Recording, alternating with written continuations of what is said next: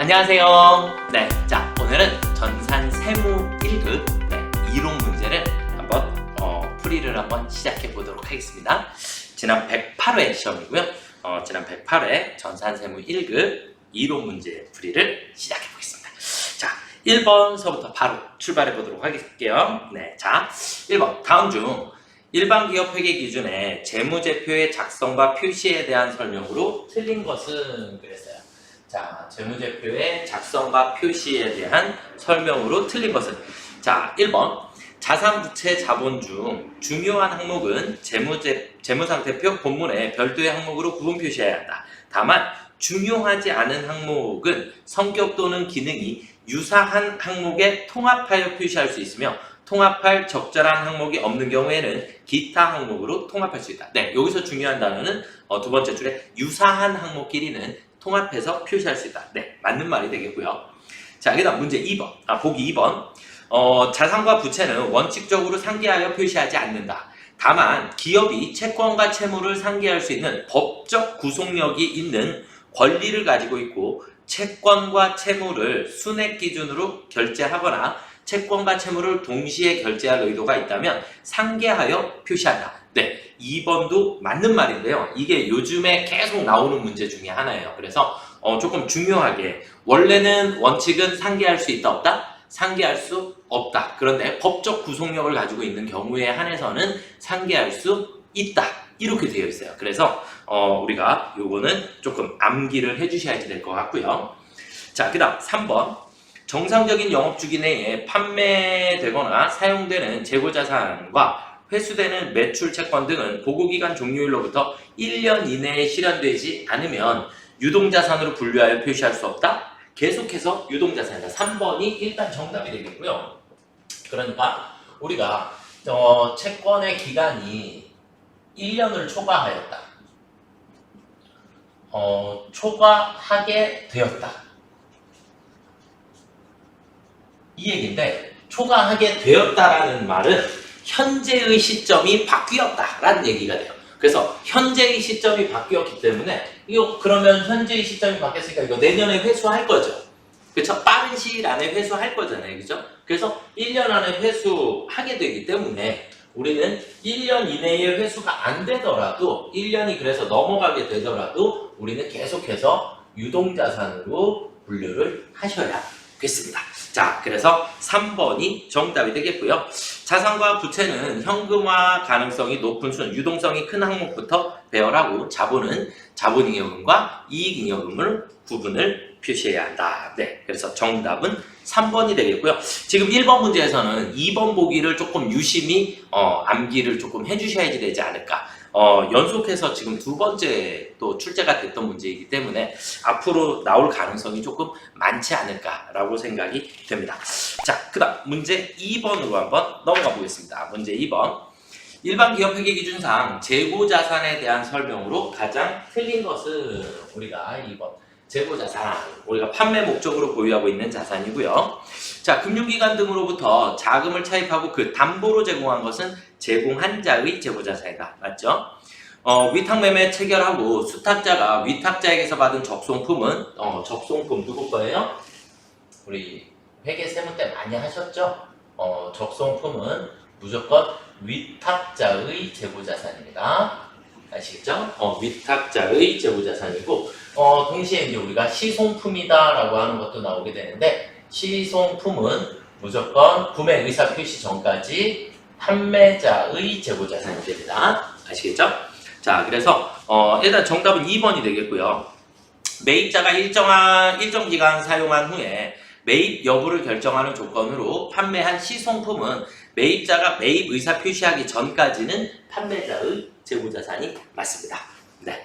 자, 그 다음에 문제 보기 4번을 보면 유선스 빌이라고 되어 있는데 이 유선스 빌은 뭐냐면 환어음이에요. 환어음. 그래서 환어음이다라고 하는 것은 우리가 일반적으로는 약속어, 발행자와 수치 이렇게 둘이서 거래를 하게 되는데 환어음이다라고 하는 것은 우리가 3인이 거래를 하는 것. 3인이 거래를 하게 되고 그러면 우리 환어음은 발행인이 있고 그 다음에 인수인이라는 게 있어요. 인수인.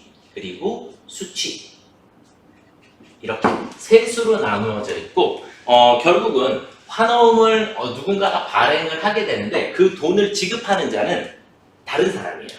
그래서 인수인이 수취인에게 돈을 지급하도록, 그래서 너 내 돈 좀 대신 갚아줘, 이렇게 되는 경우의 수를 우리가 환어음이다 라고 얘기를 하게 되는 거고요. 그 다음에 이제 DAB, 이제 DA라고 하는 것은 이제 우리가 인수인도 조건이다 라고 하는 거고, 우리가 이제 여기에서 DA하고, 이거 여기서 알아둬야 될지 잘 모르겠는데, DA라는 조건이 있고, 그 다음에 DP라고 하는 조건이 있어요. 그래서 우리가 DA다라고 하는 것은 DA 비리다라고 얘기가 나오면 얘는 인수인도 조건이고, DP다라고 하는 것은 지급인도 조건이에요. 그러니까 이 환어음을 이제 우리가 이제 수출이라는 업무를 하게 되면, 환어음을 누가 발행하냐면 판매자가 발행을 해버려요. 판매자가. 그러면 판매자가 곧 수취인이 되겠죠. 발행인과 수취인이 거의 같은, 이제 이걸 우리가 자기 수취 환어음이다 라고 얘기를 하게 되는데, 이런 걸 발행을 하게 되면 인수인은 구매자가 우리가 이 환어음을 인수할 때, 인수하고 돈을 안 갚아도 되는 거고, 지급 조건은 인수할 때 대금을 갚아야지만 이 어음을 인수를 할 수 있다. 이렇게 보시면 돼요. 그래서 지급 조건이 있고 인수 조건이 있는데, 우리가 인수 조건이다 라고 나오게 되면 원자재 수입하는 경우 발생하는 이자는 차익 원가로 처리한다. 그러니까 매입과 발생 같이 동시에 발생하는 이자 같은 경우에 원가에 포함시켜준다, 이런 개념이 되실 거고요. 얘는 조금 어렵기는 한데 이거 잠깐만 설명을 조금 드려볼게요. 우리가 예를 들어서 A가 수출업자고 B가 우리가 수입업자다 이렇게 되면 물품은 이렇게 가겠죠. 물품이 이렇게 가야지 되는데, 우리는 A가 물건을 선적을 함과 동시에 A가 환어음이라는, 자기 수치 환어음이라는 걸 발행을 하게 돼요. 그래서 어음을 거래 은행에다 갖다 주면 그러면 이 은행은 이 B가 거래하는 상대방 은행으로 또 얘를 넘겨줘요. 그러면 B는 이 어음을 인수를 해야 선화증권을 우리가 교부를 받게 되니까 그걸 가지고 있어야 물건을 찾으러 갈 수 있는 거예요. 근데 일반 DA다라고 하는 것은 뭐 예를 들어서 뭐 60일 만기, 90일 만기 뭐 이렇게 일자가 정해져 있어요. 일자가 정해져 있어서 돈을 지금 당장 지급하지 않아도 이 어음을 인수를 하고 물품을 찾을 수가 있는 거고, DP 조건인 경우에는 인수를 할 때 대금을 지급을 해야지만 이 어음을 인수를 하고 그리고 물건을 항만에 가서 찾아올 수 있게끔 돼 있는 거예요. 그러니까 대금 지급을 하지 않으면 물품을 못 찾게 되는 상황이 생기겠죠. 그렇죠? 그래서 대금 지급 후에 이제 우리가 물품을 찾을 수 있는 구조가 만들어지게끔, 이런 구조를 우리가 환어음이다라고 얘기를 하는 거고, 수출 수입에서 이제 사용이 되는 그런 부분이다라고 조금 이해를 하시면 좋을 것 같아요. 자, 그래서 일단은 정답은 그냥 공짜 정답 2번이었습니다. 그래서 위탁 매매 체결하고 수탁자가 위탁자에게서 받은 적성품은 누구 거다? 위탁자의 재고자산이다. 자, 그 다음 문제 3번으로 한번 넘어가 보도록 하겠습니다. 문제 3번.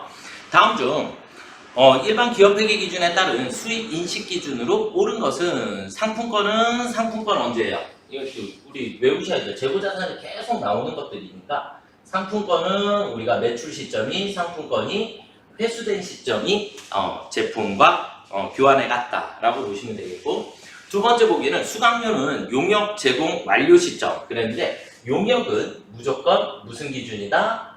진행 기준이다. 용역은 무조건 진행 기준이다 라고 하는 거 알아두시면 좋을 것 같고요. 장기 할부 판매의 경우 기간에 걸쳐 수익으로 인식한다 그랬는데, 이 장기 할부는 기업회계 기준하고 부가세법이 다르죠. 그렇죠? 그래서 지금은 우리 문제상에서 기업회계 기준상 이렇게 돼 있기 때문에 기업회계 기준은 무조건 인도 기준입니다. 부가세법은 대가의 각 부분을 받기로 한때 이렇게 되어 있고, 장기 판매 인도 기준이다 라고 보시면 되겠고요. 결국 그러면 정답은 4번이 되겠네요. 수출 업무를 대행만 하는 종합상사는 판매 수수료만을 수익으로 대행만 해주는 거니까 거기서 받는 수수료만 매출로 인식할 수 있게 된다. 그래서 4번이 정답이 되겠습니다. 자, 그 다음 문제 4번. 다음은 기말 자본의 일부분이다. 기말 재무상태표에 표시될 자본 항목과 그 금액으로 틀린 것은 이렇게 되어 있는데 4번 같은 문제는 그냥 공짜 문제니까 여러분들이 조금만 신경 쓰시면 되겠어요. 자, 자본금은 보통주 자본금이 있고 우선주 자본금이 있기 때문에 자본금은 둘을 더해야 되니까 1,500만 원이 맞겠고요. 그 다음에 자본잉여금. 자본잉여금은 감자차익, 자기주식 처분이 이렇게 두 개가 되겠네요. 그쵸? 150만 원이 되겠고, 자본조정은 미교부 주식 배당금 있나요? 300만 원이 정답이 되겠네요. 그래서 그러면 3번이 일단 틀렸네요. 그쵸? 미교부 주식 배당금이 자본조정에 해당하는 거니까. 그리고 이익잉여금은 이익준비금과 임의적립금 이렇게 두 개 더해서 150만 원. 그래서 3번이 정답이 되겠습니다. 자, 그 다음 문제 5번 보도록 하겠습니다. 다음 중 부채에 대한 설명으로 가장 옳은 것은 경제적 효익이 내재된 자원이 기업에 유입됨으로써 이행하게 될 것으로 기대되는 현재 의무. 유입은 들어온다라는 뜻이니까 유출이죠. 그렇죠? 네, 유출이 되어야 한다. 이렇게 보시면 되겠고요. 2번 부채의 정의를 충족하고 신뢰성 있게 추정할 수 있다면 부채로 인식한다. 네, 2번이 정답이 되겠네요. 3번 유동부채, 비유동부채는 1년을 기준으로 구분을 하게 되고요. 자, 그 다음에 문제 4번에 보기 4번에 보시면 당의 의무를 이행하기 위하여 자원이 유출될 가능성이 매우 높은 충당부채는 비유동부채로 구분을 해주셔야겠죠. 그쵸? 주석으로 기록하는 게 아니라 우리가 주석으로 기록해야 하는 것은 우리가 5번 문제에서 두 가지 충당부채하고 우발부채하고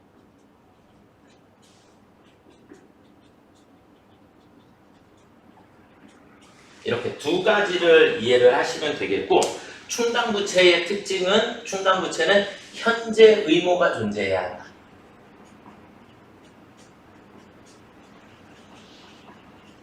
현재 의무가 존재해야 하고, 우발부채는 현재 의무가 존재하지 않아요. 우발적으로 생길 수 있는 것들이에요. 그래서 충당부채는 우리가 비유동부채로 표시를 하는 거고요. 비유동부채로 표시를 하는 거고, 우발부채는 위험성이 큰 경우에, 그러니까 이거 무조건 우리가 손해볼 게 확실해. 우리 돈이 나가야 될 게 너무 확실할 것 같아. 그렇게 되면 그때는 주석으로 기록하도록 되어 있습니다.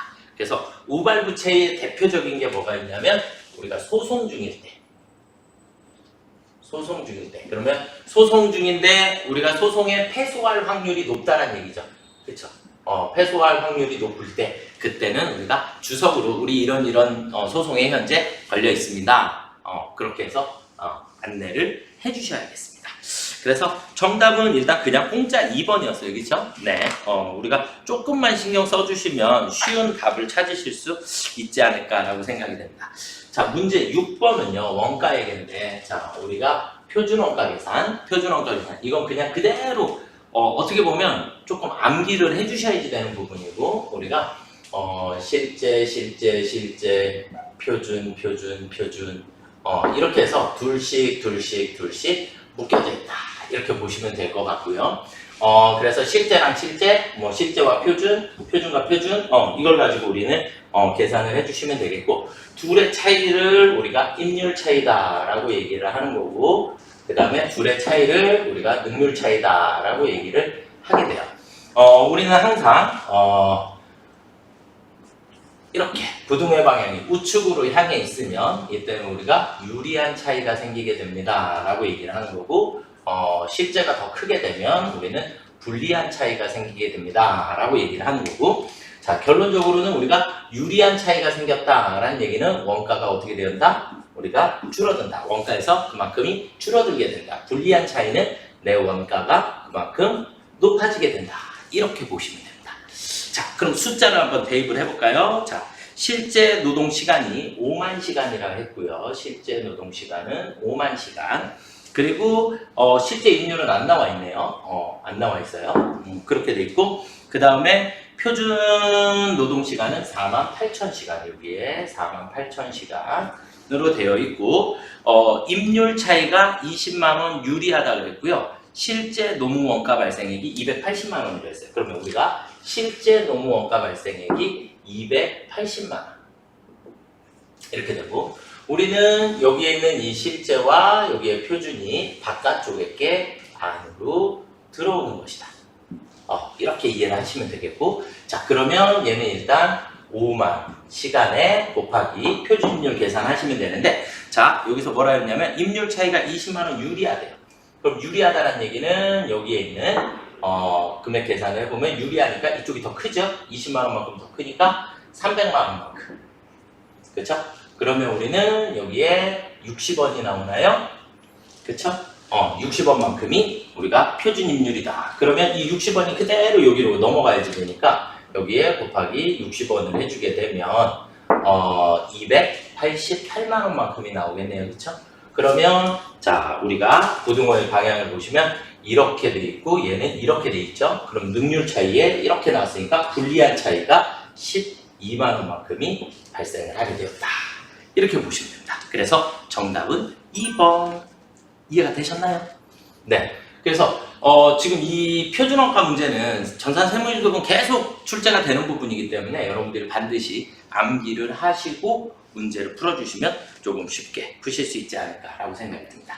자, 문제 7번으로 2번이 일단 정답이고요. 문제 7번으로 넘어가 보도록 하겠습니다. 문제 7번은 한도제철은 동일한 원재료를 투입하여 단일 공정에서 A, B, C 세 가지의 등급품을 생산하고 있다. 세 가지 제품에 공통으로 투입된 결합원가가 12만 8천원이라고 할 때 아래 자료를 바탕으로 순실현가치법에 의하여 A에 배분된 결합원가는 얼마인가 이렇게 물어봤어요. 자, 그런데 A, B, C 이렇게 세 가지가 있는데 B랑 C는 추가 가공 원가가 따로 안 나와 있는 상태이기 때문에 A의 순실현 가능액, A의 순실현, 우리는 순실현 가능액을 계산을 하셔야 되니까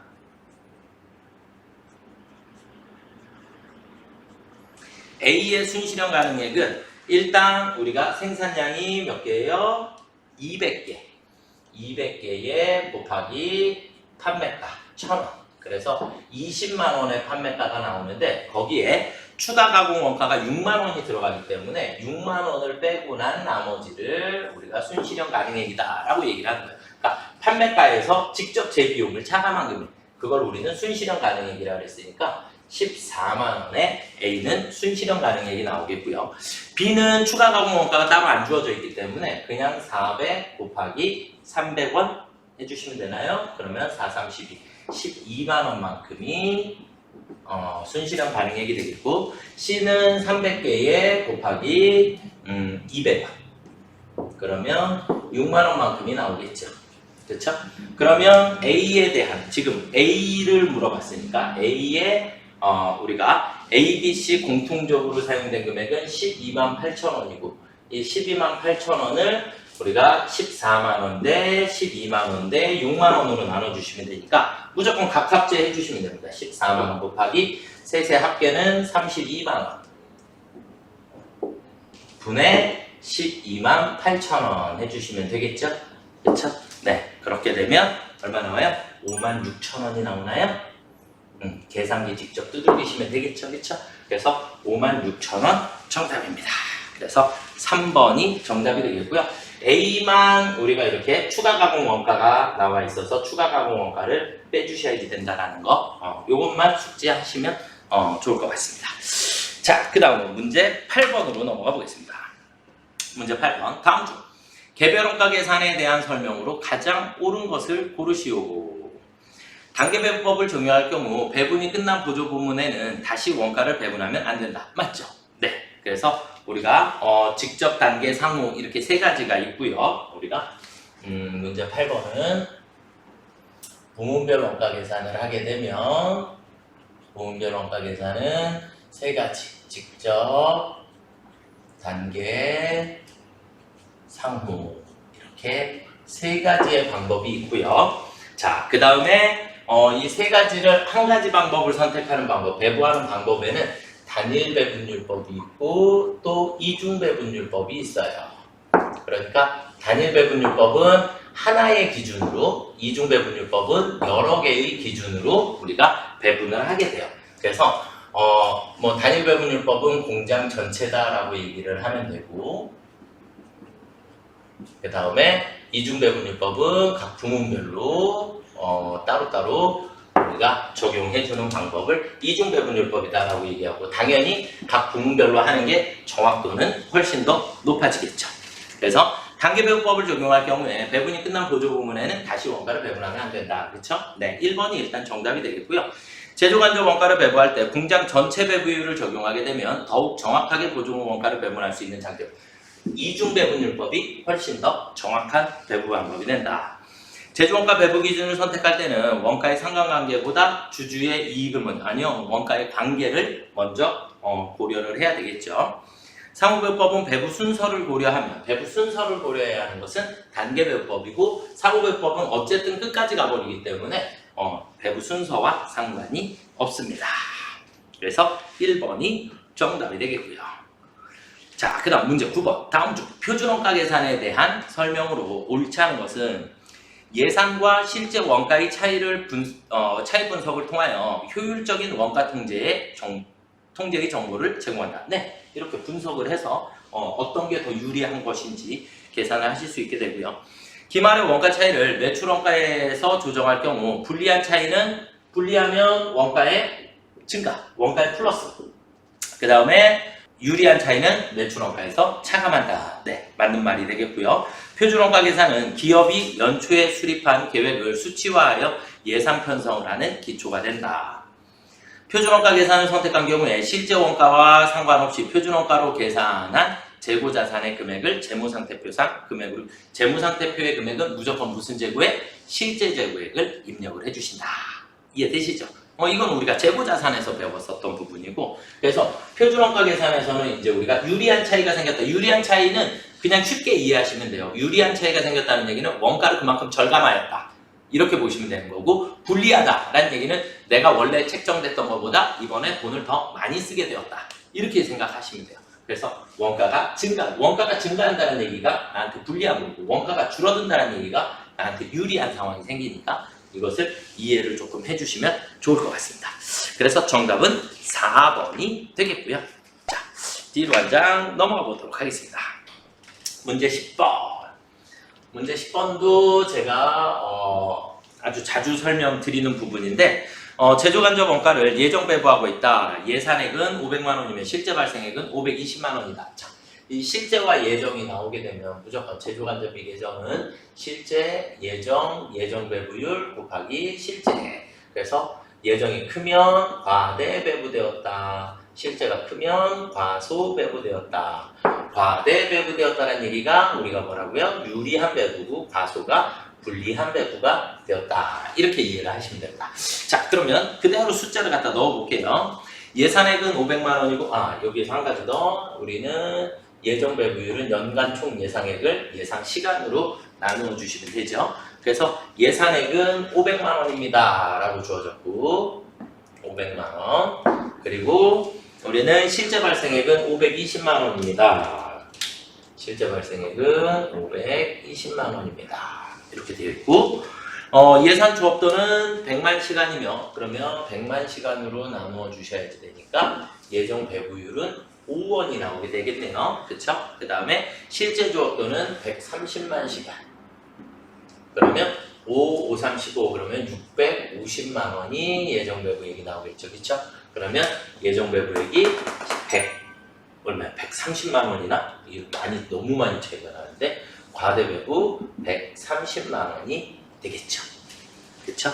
그래서 130만 원만큼 과대 배부 되었습니다. 2번이 정답이 되겠고요.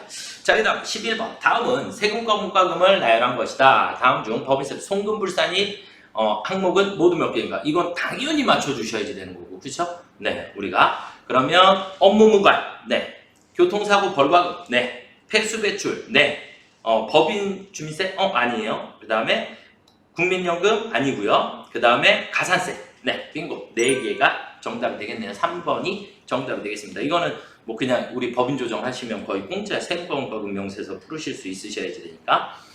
자, 그 다음에 12번. 다음 중 법인세법상 결손금과 이월 결손금에 대한 설명으로 가장 옳지 않은 것은 결손금을 공제할 때는 먼저 발생한, 그러니까 과거에 발생한 결손금부터 순서대로 공제를 하셔야지 되겠고요.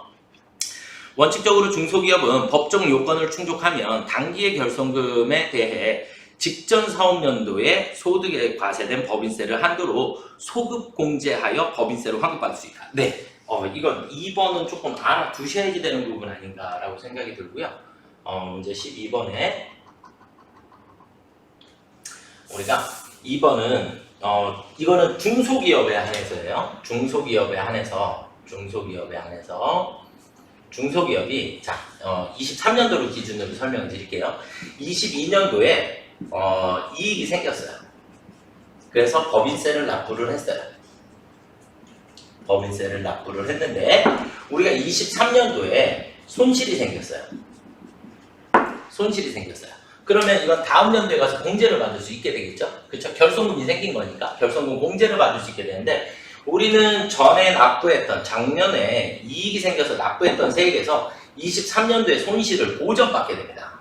그래서 이 법인세 납부했던 것을 미리 환급받을 수 있는 제도가 누구한테만 있더라? 중소기업에만 이런 게 있더라라는 거 알아두시면 좋을 것 같고요. 천재지변 등의 사유로 인해 정부 기타 자료가 멸실된 경우를 제외하고 당연연도의 소득금액을 추계 결정할 경우에는 원칙적으로 2월 결손금 공제를 하지 않습니다. 이거는 추계 결정하면 무조건 2월 결손금 공제를 하지 않는다. 23년도에 발생한 결손금은 결손금 공제는 몇 년간? 15년간 공짜죠. 그래서 4번이 정답입니다. 그래서 결손금은 15년간 2월 공제 받으실 수 있게 됩니다. 자, 그다음 문제 13번. 다음 중 소득세법상 성실신고 확인서 제출 사업자가 적용받을 수 없는 세액공제. 그러니까 우리가 5월 말까지 신고해야 되는 개인사업자들, 그래서 일반 과세자들이 있고요.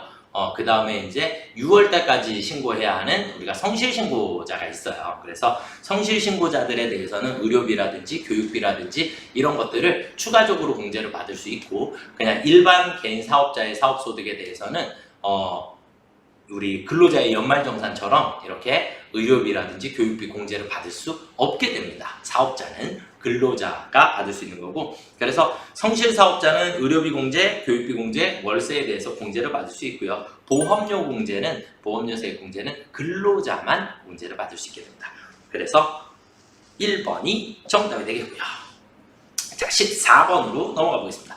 부가세법상 납세 의무에 대한 설명으로 가장 잘못된 것은 청산 중에 있는 내국법인은 계속 등기 여부에 불구하고 사실상 사업을 계속하는 경우 납세 의무가 있다. 영리 목적 없이 사업상 독립적으로 용역을 공급하는 자도 납세 의무자에 해당. 부가세는 영리, 비영리 상관없습니다. 사업자는 무조건 납세 의무를 가지고 있게 되고요. 사업자가 아닌 자가 부가세가 과세되는 재화를 개인적 용도로 사용하기 위해 수입하는 경우 부가세의 납세 의무가 있다. 그래서 부가세 납세 의무자는 두 사람. 하나는 사업자, 그 다음 또 하나는 재화를 수입하는 자. 그래서 정답은 3번이 되겠고요. 부가세는 납세 의무자와 실질적인 담세자가 서로 같지 않은 간접세에 해당합니다. 자, 15번. 다음 중 부가세법상 공제받지 못할 매입세액이 아닌 것은 공급 시기가 속하는 과세기간이 끝난 후 20일 이내에 사업자 등록을 신청한 경우 그 공급 시기의 매입세액은 공제 받을 수 있죠. 네, 그래서 1번이 정답인 것 같습니다. 자, 15번 무슨 얘기냐면 우리가 예를 들어서 1기가 1월 1일서부터 6월 30일인데 우리가 과세기간이 끝난 후에 우리가 예를 들어서 뭐 7월 5일날 사업자 등록을 했다. 7월 5일날 사업자 등록을 했다. 그러면 7월 5일서부터 거꾸로 역산해서 20일을 계산을 한 후에 그 날짜가 속한 과세기간에 모든 매입세액을 공제받을 수 있게 됩니다. 이해가 되셨죠? 그래서 뭐 7월 20일까지가 되겠죠. 7월 20일이면 거꾸로 20일을 하게 되면 6월 30일이니까 6월 30일이 속한 과세기간에 매입세액을 모두 공제받을 수 있게 됩니다.